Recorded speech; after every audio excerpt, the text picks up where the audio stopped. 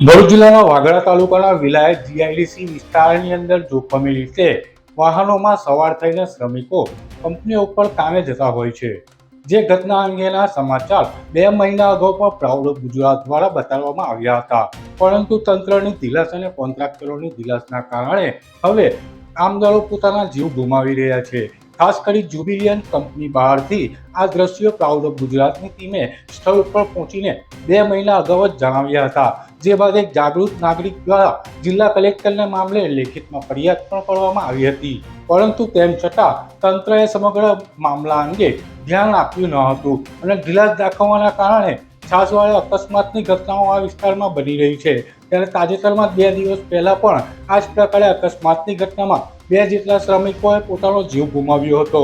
ત્યારબાદ જે વાગરા પોલીસ છે તે એકાએક એક્શનમાં આવી હતી અને ત્યારબાદ તેઓએ અનેક જે વાહનો છે આ પ્રકારની પ્રવૃત્તિમાં સંકળાયેલા તે વાહનોને ડિટેન કર્યા હતા। પરંતુ અહીંયા સવાલ એ થાય છે કે 2-3 મહિના અગાઉથી સ્થાનિક જાગૃત નાગરિકો સમગ્ર મામલા અંગેની જાણ તંત્ર સુધી કરતા હોય છે, ત્યારે પણ આ પ્રકારની પ્રવૃત્તિ પર લગામ કેમ લગાવવામાં નથી આવતી તે એક મોટો સવાલ ઊભો થયો છે। અત્રે ઉલ્લેખનીય છે કે આપ આ દ્રશ્યો જોઈ શકો છો।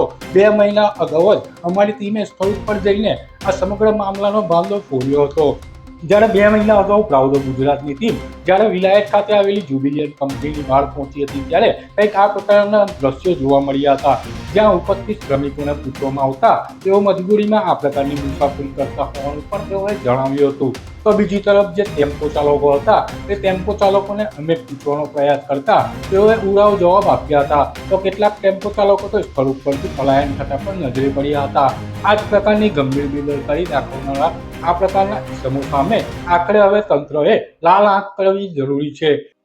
અત્યારે તો વાગરા પોલીસે વાહનો ડિટેન કરીને કાર્યવાહી હાથ ધરી છે, પરંતુ ભવિષ્યમાં આ પ્રકારની કોઈ પ્રવૃત્તિ હવે ના થાય તે ઉપર પણ કડકાઈ દાખવવી પડશે।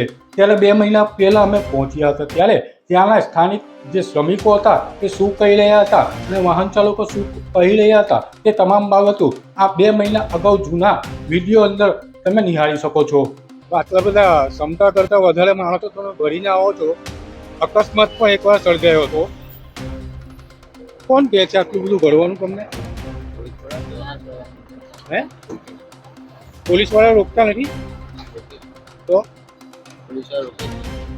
શું કહે છે પછી?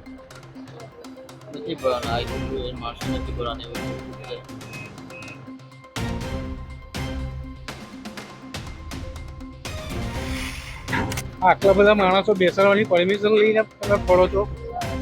હે, શું નામ તમારું?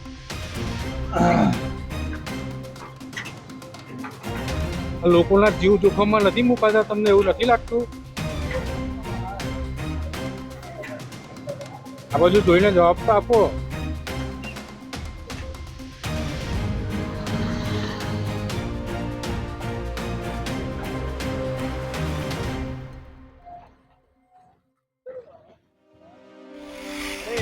आप लोगों को इस तरह लेके आते आपको डर नहीं लगता? आपकी एक बार तो एक्सीडेंट भी हुआ था ना, तो अभी डर नहीं लगता आप लोगों को?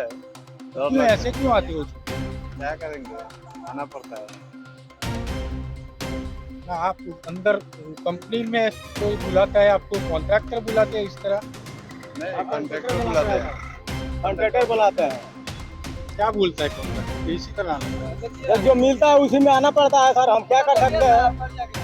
पीछे देख लीजिए सर, कितना कितना लोग आते हैं आप? अब गिनते नहीं है सर।